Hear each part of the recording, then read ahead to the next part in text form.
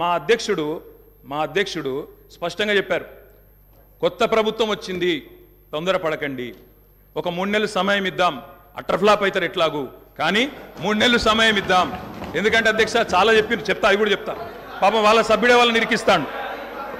అధ్యక్ష ఒక్క మాటలో చెప్పాలంటే తెలంగాణలో అధ్యక్ష ఒక్క మాటలో చెప్పాలంటే ఏంది అధ్యక్ష కాంగ్రెస్ పరిపాలన? బొంబాయి, బొగ్గుబాయి, దుబాయ్.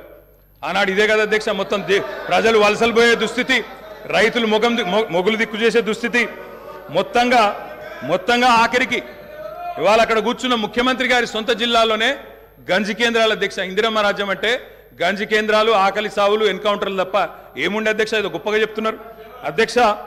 ఆ రోజుల్లో ప్రాజెక్టులు కట్టకున్నా, పైసలు తరలించకపోయినా ఆంధ్రాకి మౌనంగా మంగళహారతులు పట్టింది తెలంగాణ కాంగ్రెస్ నాయకులు కాదా అధ్యక్ష? ఆనాడు మేము రాజీనామాలు చేస్తుంటే, గొంతు చించుకుంటుంటే, పేగులు దిగేదాకా కొట్లాడుతుంటే, పదవుల కోసం పెదవులు మూసుకున్నది ఎవరు అధ్యక్ష? ఇలా బాగా మాట్లాడుతున్నారు అధ్యక్ష. ఇంకొక మాట చెప్తా ఉన్నా, ఇదే శాసనసభ అధ్యక్ష, తెలంగాణ పదం నిషేధిస్తే ఒక్క కాంగ్రెస్ నాయకుడు మాట్లాడిండా అధ్యక్ష? ఇదే శాసనసభలో అధ్యక్ష అక్కడ కూర్చున్న ముఖ్యమంత్రి కిరణ్ కుమార్ రెడ్డి గారు, మా హరీష్ రావు గారు లేచి మాకు నిధులు ఇవ్వరా అని అడిగితే, ఒక్క పైసా ఇయ్యా, ఏం చేసుకుంటావో చేసుకోపో అన్నప్పుడు ఒక్క కాంగ్రెస్ నాయకుడు మాట్లాడిండా సార్? ఇలా బాగా మాట్లాడుతున్నారు. పదవుల కోసం పెదవులు మూసిన చరిత్ర ఖచ్చితంగా తెలంగాణ కాంగ్రెస్ నాయకులదే. అందులో రెండో అభిప్రాయం కూడా అవసరం లేదు అధ్యక్ష. ఐఎమ్ నాట్ ఈల్డింగ్ సార్, ఎందుకంటే మీరు నాకు రెస్క్యూకి రావాలా. మేము ప్రధాన ప్రతిపక్షం, 39 మంది ఉన్నాం ఇక్కడ. మాటికి ఒక్కసారి ఇంటర్ఫియర్ చేస్తే మాకు కూడా సమయం ఇవ్వాలా, మీరు మాకు కూడా 4 సభ్యులకు మాట్లాడే అవకాశం ఇవ్వండి. మాటికి మంత్రి గారు చెప్పడం ఏందండి? సమాధానం చెప్పలేరా అధ్యక్ష? అంత భయం ఎందుకు? సమాధానం చెప్పలేరా అధ్యక్ష? సమాధానం చెప్పలేరా సార్? వీళ్ళు తర్వాత చెప్పమనండి సార్, మా రిప్లై అయిపోయిన చెప్పమనండి అధ్యక్ష.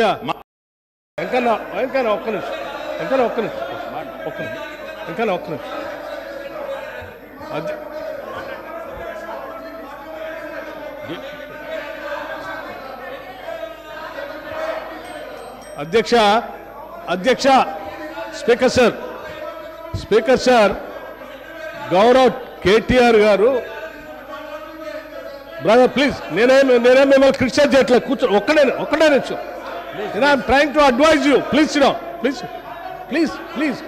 I'm trying to advise you, please. నేనేం మిమ్మల్ని క్రిటిసైజ్ చేయట్లేదు, దయచేసి ఒక్క నిమిషం.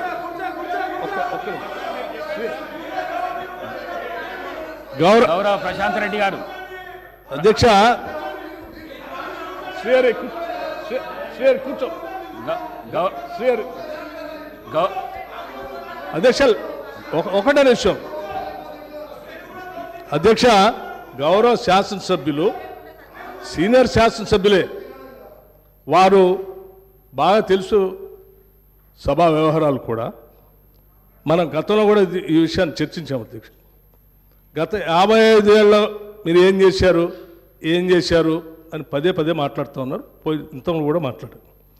నేనేం చెప్తా ఉన్నానంటే, ఆ 55 ఏళ్ళు ఉమ్మడి రాష్ట్రంలో పాలన దానికంటే బాగా చేసుకోవచ్చనే, అది వద్దనుకొని మనం ప్రత్యేక రాష్ట్రం తెచ్చుకున్నాం. మనం రిలేటివిటీ ఎప్పటి నుంచి తీసుకుంటామంటే 2014 నుంచే తీసుకుంటాం. కూర్చోండి, ఒక్క నిమిషం చెప్పనండి. ఒక్క నిమిషం చెప్పండి.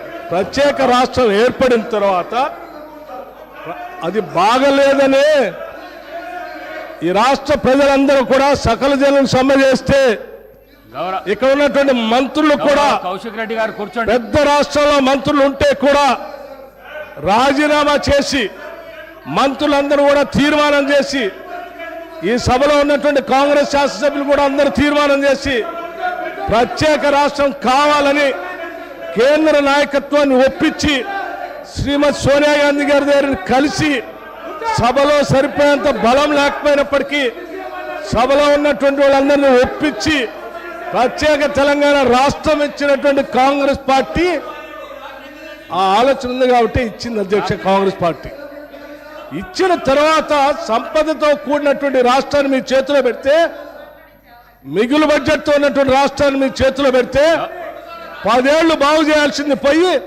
5 లక్షల కోట్ల అప్పు చేసి వాళ్ళ అప్పులు రాష్ట్రంగా మార్చిన మీరు అప్పుడు బాగలేదు ఇప్పుడు బాగలేదు అంటారు. బాగుండాల్సింది 10 ఏళ్ళ నుంచి చేయాల్సింది మీరు. ఆ రోజు గతంలో డిప్యూటీ సీఎం గారు కేసీఆర్ కూడా అందులో మంత్రిగా ఉన్నారు. అవన్నీ బాగలేదని అనుకున్నప్పుడు అందరం కలిసి తీర్మానం చేసి తీసుకొచ్చుకుంటాం.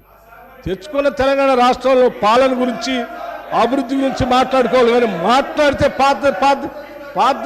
పాత మాట్లాడుకుంటే వీళ్ళందరూ రాజీనామా ఎందుకు చేస్తా అన్నారు, పార్లమెంట్లో వాళ్ళందరూ కొట్లాడుతా అన్నారు, వాళ్ళందరూ పెప్పర్ స్ప్రే తింటారు, మిగతా వాళ్ళు ఎందుకు రాజీనామా చేస్తారు, అది బాగాలేదని కదా తెచ్చుకున్న దాంట్లో మీరెంత బాగా చేశారో చెప్పాలి. కానీ ఏం చేశారు? పట్టుమని ఏమైనా గోదావరిలో ఒక చుక్క నీళ్లు తెచ్చారా, కృష్ణానదిలో ఒక చుక్క నీళ్లు తెచ్చారా? ఏం చేయలేదు కదా. లక్షల కోట్లు వృధా చేశారు. కానీ ఒక్క ఎకరానికైనా అదనంగా ఆయకట్టు నీళ్ళు ఇచ్చారా? ఒక్కడికైనా ఉద్యోగాలు ఇచ్చారా? ఒక్కడికైనా ఒక ఇందిరా ఇల్లు ఇచ్చారా? ఒక్కడికైనా ఏదైనా చేశారా ఈ రాష్ట్రంలో? ఏమి లేదు. అది చెప్పండి. మేము చెప్పింది అదే. ధనంతో కూడిన సంపదతో కూడిన తెలంగాణ రాష్ట్రం ఇస్తే 10 ఏళ్ళు విధ్వంసం చేశారు. ఇవాళ విధ్వంసం చేయడం కాదు, స్వేచ్ఛ లేకుండా చేశారు. ఇవాళనే వాళ్ళకి స్వేచ్ఛ వచ్చినట్టు తీర్పిచ్చారని చెప్పాం. దాని గురించి మాట్లాడిన 10 ఏళ్ళ నుంచి. ఈ వీడియో మీకు నచ్చినట్టయితే లైక్ చేయండి, 10 మందికి షేర్ చేయండి. అలాగే కామెంట్ల రూపంలో మీ అభిప్రాయాలను మాతో పంచుకోండి. Nationalist hub group of channels ను సబ్స్క్రైబ్ చేసుకుని తెలుగునాట జాతీయవాద జర్నలిజాన్ని ప్రోత్సహించండి. ఈ వీడియో కింద ఉన్న బెల్ ఐకాన్ పై క్లిక్ చేయడం మర్చిపోవద్దు.